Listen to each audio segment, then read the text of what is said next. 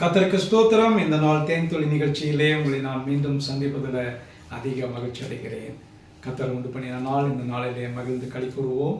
கர்த்தர் இந்த நாளில் கூட அப்போஸ்தலனாகிய பவுல் எபேசியருக்கு நிருபம் 3வது அதிகாரம் 12வது வசனத்தில் 2 காரியங்களை குறித்து சொல்கிறார். ஒன்று நமக்கு வேண்டியதான தைரியம், இன்னொன்று ஒரு ஸ்லாக்கியம்.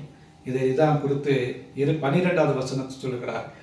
அவரை பற்றும் விசுவாசத்தால், யாரை? இயேசு கிறிஸ்துவை பற்றும் விசுவாசத்தால், அவருக்குள் இயேசு கிறிஸ்துவுக்குள் நமக்கு தைரியமும் திட நம்பிக்கையும் தேவனிடத்தில் சேரும் ஸ்லாக்கியமும் உண்டாயிருக்கிறது. நமக்கு கிடைக்கக்கூடியதான 2 காரியங்கள் என்னவென்று சொன்னால், ஒன்று தைரியம், திட நம்பிக்கையோடு கூட தேவனிடத்தில் சேரும் ஸ்லாக்கியமும் கிடைக்கக்கூடியதாக இருக்கிறது. ஆகவே நமக்கு இந்த நாளிலே அவர் உறுதியளித்து கொடுக்கக்கூடியதான காரியம் என்னவென்று சொன்னால், அவரை பற்றும் விசுவாசத்தால் நமக்கு அவர் மூலமாக கிடைக்கக்கூடியதான காரியம் ஒரு தைரியம், திட நம்பிக்கை, விசுவாசம். இவைகள் அனைத்தையும் நாம் பெற்றுக்கொண்டு இந்த உலகத்தில் நாம் ஜீவிப்போமே என்று சொன்னால் நமக்கு ஒரு ஆசீர்வாதமான காரியங்கள் கிடைக்கக்கூடியதாக இருக்கும். அவருடைய பிள்ளைகளாக வாழ்வோம்.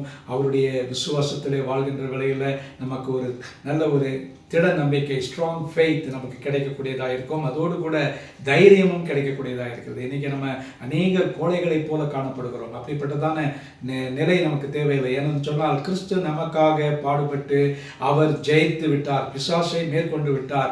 ஆகவே எதை குறித்தும் நாம் பயப்பட வேண்டிய அவசியமில்லை.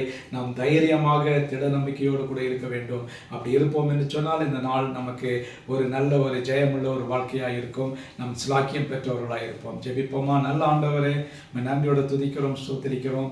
இப்படிப்பட்ட ஒரு நல்ல காரியங்களை நீர் எங்களுக்கு விசுவாசத்தின் மூலமாய் கொடுத்ததற்காக ஸ்தோத்திரம்.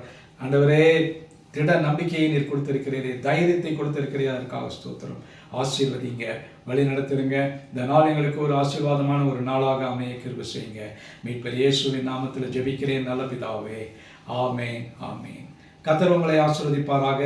இந்த நாள் ஒரு மகிழ்ச்சியான ஒரு நாளாக இருக்கட்டும்.